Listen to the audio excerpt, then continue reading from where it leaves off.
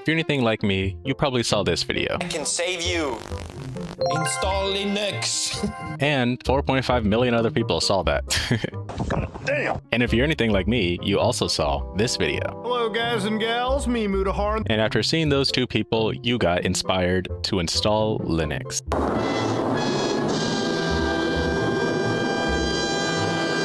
So I did just that. How's it going, everybody? Welcome back. This is Jaakeup. Today, last week, I installed Linux. Apologies for the cat. Please ignore the cat.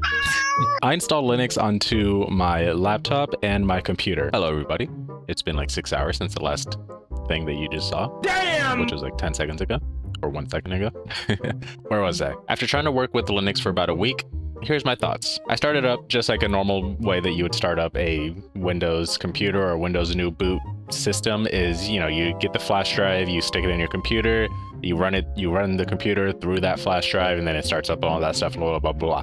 It was cool. It was nice. The very first thing that I noticed, very first thing I noticed was that my third monitor did not work. I'm going through the process of installing Linux on my main system. And right now, the very first thing that I notice is this monitor is not being recognized. Hello. So this is going to be a very long process, but I think I'm finally ready to get rid of Windows permanently. That is not correct. I'm also using ChatGPT to help me install. So I have a weird setup where I basically have 3 monitors here, and then I have another monitor right there that's behind you guys. And then you guys are on top of my third monitor that's like a drawing tablet. More on that later. And the third monitor, this type of tablet, it just didn't show up for some reason, and I don't know why. And I had to go through like multiple different forums to figure out why it wasn't working. Had to try and like unplug it and plug it back in and like do this weird thing where it's like X. Okay, so I got it working. All I had to do was open up Driver Manager. Over here, like in the bottom, Linux Mint is so cool. It's basically just Windows, like with the same UI, but less annoying, useless junk. So that's what I got so far, and I just installed Steam. So on to the next. Really bad first start with Linux, but we can move on. The very first experience that I had with Linux, with like at least trying to work with it, was actually on my laptop, which I mentioned already because I just saw it in the video because this is recorded weird. The very first experience was on my laptop, and on the laptop, it was actually good. It started up my laptop pretty quickly. You know, because I used to have it on Windows 10, and it was literally just an old laptop from my old work. They let people recycle their electronics. People brought in laptops. Those laptops still worked, so I took one. Easy money. Look, I'm rich. I'm racked up. I'm strapped. And I took that one, and it's working. It's working with Linux, and it's actually doing pretty decent. But that's all I would use it for, would be either for text editing or maybe a little bit of Blender, but I really wouldn't trust it too much with Blender. Mostly just being able to write like this script, for example. I wrote down a little script, mostly just for writing it in bed.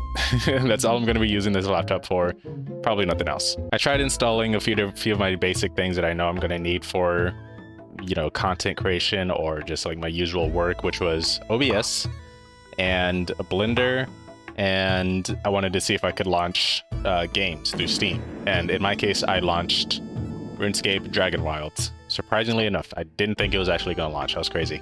But it only played like 3 frames. But the process seemed easy enough. So I said, screw it. I'm going to try installing Linux on my workstation. And that's where the whole week kind of just, you know, started up here, just slowly dropped down until just like, you know. So the issue with installing Linux on my main workstation, my main computer station, is that I use this workstation, this computer, every day. It's not just like I come home from work for about 45 minutes and then I start recording, or, you know, I come home from work and then just kind of sit and chill and play like one game or something for like an hour. No, like I use this thing every single day, at least 8 hours a day. At least. That's like a bare minimum 8 hours a day. And if it's off, it's because I'm not in the house, which is rare. So this thing is always being used, so I need it to constantly be working, because I'm constantly working, either doing whatever I'm doing. You know my videos. So in order to, kind of showcase exactly what I'm talking about, let me introduce myself real quick. Hello, my name is Jaakeup. I make 3D art in Blender. I do 3D printing. I record videos with OBS. I make thumbnails in Photoshop. I play games on Steam and download games that are most likely malware from GameJolt or itch.io. Who cares about malware? We're in it for the video. We're in it for the content. Sometimes I do have to use EA Play for my Battlefield games if I ever play those. I don't play those much lately. I use Unreal Engine for game devs sometimes. And I use Discord, and I also edit my videos in DaVinci Resolve. More on that later.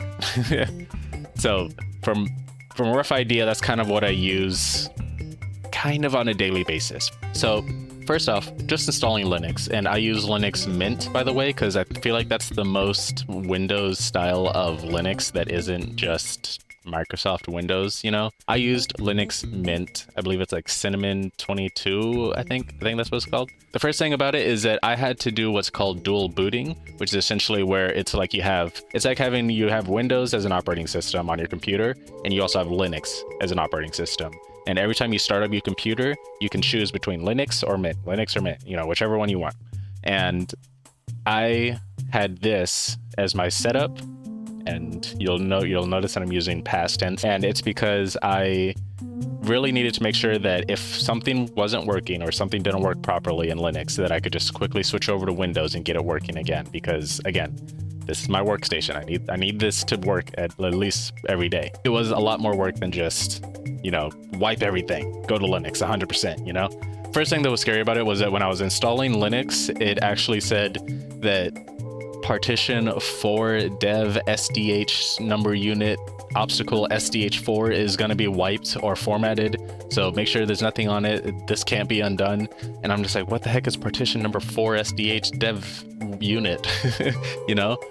I'm just sitting there like, is this one of my drives? Is this one of my important drives? Because I have like 5 drives in my computer that I don't know the specific brands or units or names of. I just know them as their names, which, for those who don't know, this is how I know my drives.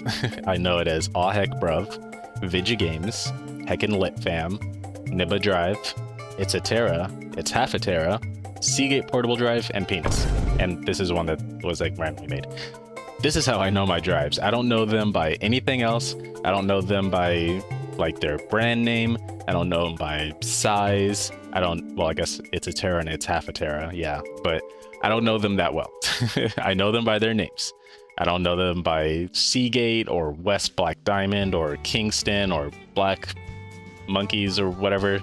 I don't know them by that. So basically, upon installing Linux, Cinnamon or Linux Mint, whatever, it was creating a new partition inside of one of my hard drives that it didn't tell me, by the way. I don't know which one it installed on. I still don't know which one it's installed on. It creates a partition inside of that drive, and then it says, hey, we're going to format this, basically wipe it, and then turn it into something that Linux can read, which is like UEFI or something.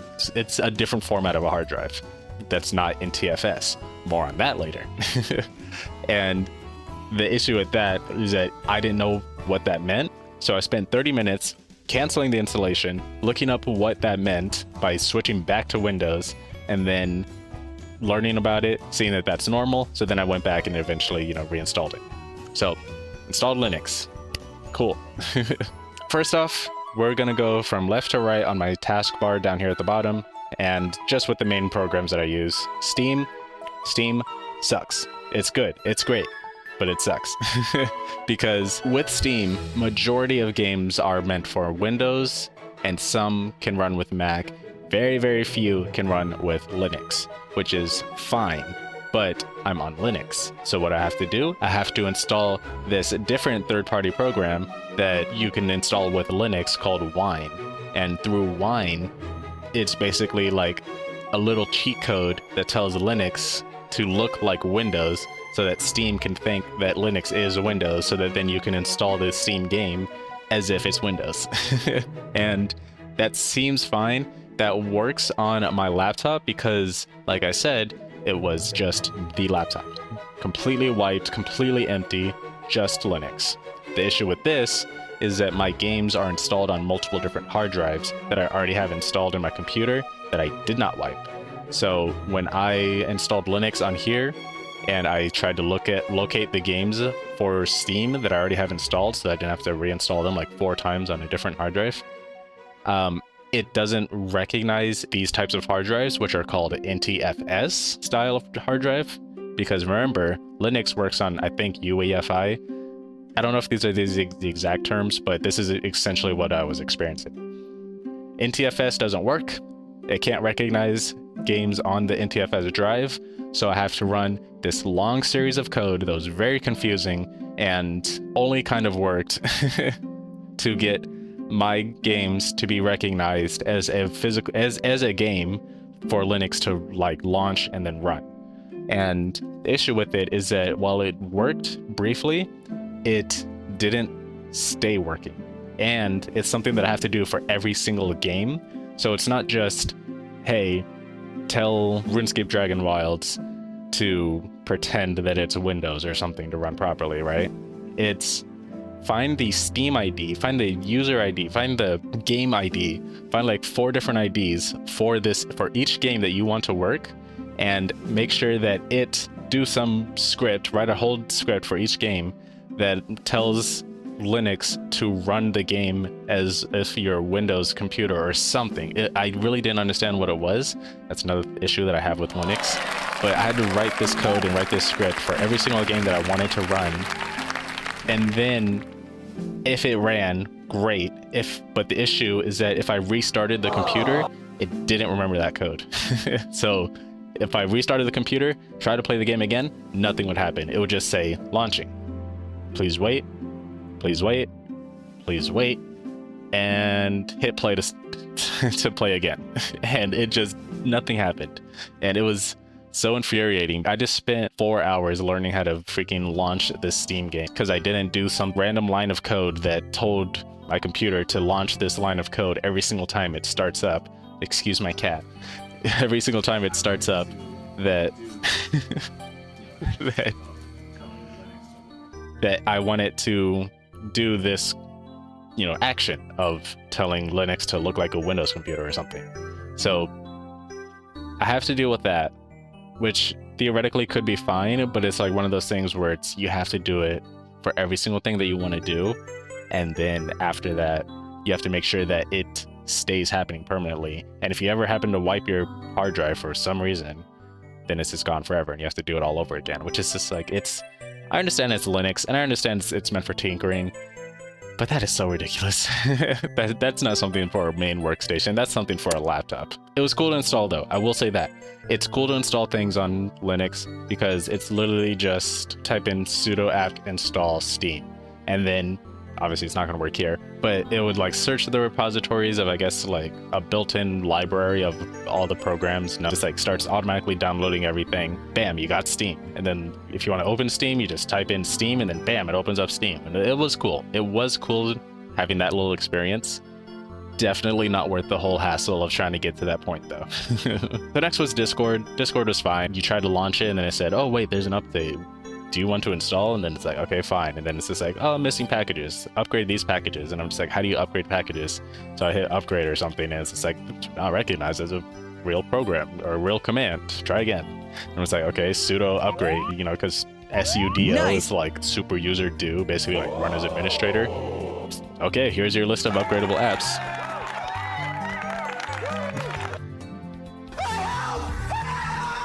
And then it was a lot of work to try to get it to upgrade, but it worked eventually. Next is Photoshop. Linux doesn't support it, unfortunately, but at the same time, it's just like, I don't really support Photoshop anyway. There's alternatives to Photoshop. There's like this GIMP and whatever that other one is.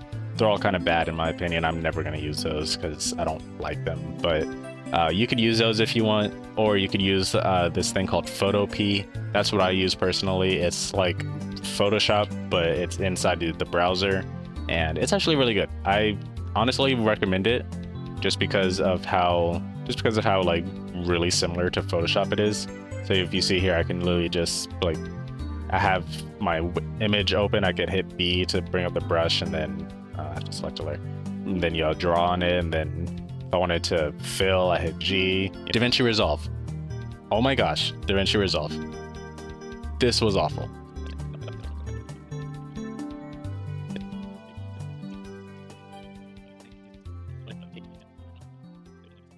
Can't use DaVinci Resolve on Linux. I don't know if you can, good for you. Teach me your ways because it doesn't work. Blender. That actually works. It's not bad. Cura really works. Great job. Again, super easy to install. OBS worked great. Again, really great. So these are all just like some of the main programs that I used when I was, trying to install Linux. And I think while they're not all terrible, they're not all like really bad. I'm not focused. Why do I keep losing focus? I need an autofocus camera. They're not all bad. For the most part, they're all fine, except for Steam. Steam is really bad, and at least for me, because I have games on different hard drives. There's a lot of just like small quality of life stuff that I think it's small, but it builds up, and it really builds up. Because I was spending like 4 hours, 5 hours a day, just kind of sitting here learning, trying to figure out why one thing wasn't working, and then in the process of figuring out why that thing wasn't working, I would learn another thing that isn't working. So, for example, mouse acceleration. We all know about mouse acceleration. It's bad. Nobody likes it. So why on earth does Linux Mint have it built in by default? I don't know. So when you try to disable it, it's not just going into like mouse settings and clicking mouse acceleration disable. It's not just going into the terminal, typing in mouse accel equals 0.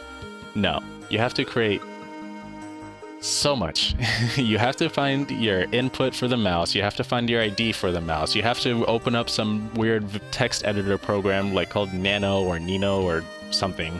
And in this editor program, you have to write a script that tells the mouse to disable mouse accel parameter times 0.01 and then set mouse accel space 0, 0, and then you have to set this as a script, and then you have to save that script, save it into your desktop or somewhere, save it on your downloads folder, because that's where everything was for me, because I didn't know how to move it, anything.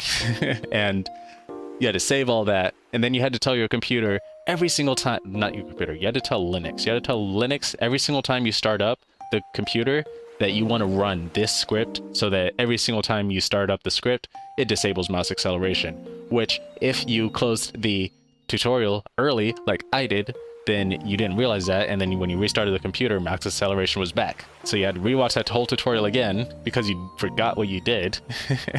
So now you have that small little thing. What did I discover during that small little thing? I discovered that I lost all my keybinds. So this mouse has 6 buttons on it, and then the 2 on top that nobody really uses.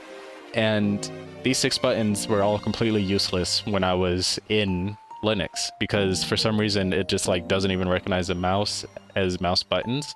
I couldn't go back and forward in my my internet browser. I couldn't use them in like Blender, where I sometimes use it to cut like what's it called, duplicate objects inside of Blender. I couldn't use anything, so it was basically useless. And it wasn't useless, but you know what I mean. It took away all of my keybinds, so I thought, okay, let me get Logitech G Hub, because that's how I programmed all the buttons, right? Linux doesn't support, or Logitech G Hub doesn't support Linux, whatever way you want to call it. So it's like a whole like weird third party to a 3-step process to install your most up-to-date graphics card, because in the middle here, it said I was getting 143 hertz. I swear it felt like 60 hertz. There was like a whole process to trying to figure out how to install those drivers. And you'll notice that from this process, there's a whole lot of installing third-party programs, especially with Steam, because Steam was another one that was like, you have to install a flat pack version of it to install it. And I'm just sitting here thinking, I am installing random third-party clients from GitHub links that I've never seen before that are just telling me, yeah, download this to download Steam, to install Steam, to sign into Steam. And I'm just like, I've never seen this person in my life. I've never seen this program. But for some reason, everybody on Reddit is saying this is the correct way to sign into Steam on Linux. And I'm just like, I played RuneScape. I should be no better than to do this. Oh my gosh, I could have like detrimented my account. I have two-factor authentication, so I'm lucky with that. My final thoughts on this: I think that Linux is meant for people who have free time. If you have a ton of free time, which admittedly it's a kind of yes, kind of no. Kind of yes, I do have free time, but also it's just like, my free time is spent thinking, what can I do for my next video? What can I do for my next game? What can I do like for my next model to add to the store, you know? It's not spent just sitting here going, you know, like, I don't waste my time. I try to spend it doing something that's going to be productive. Might be toxic in some certain ways, but whatever. I'm constantly trying to work on something every day, and this Linux is not meant for people who are trying to do that. This is meant for people who have spare time to do some tinkering on a separate computer. That laptop. This laptop is going to be the only thing that's running Linux in this house for a very long time. Until I'm making like 3 times my rent from YouTube, that laptop is the only thing that's going to be running Linux. So you'll know. You'll know. If I win the lottery, there will be signs. You won't know, but there will be signs.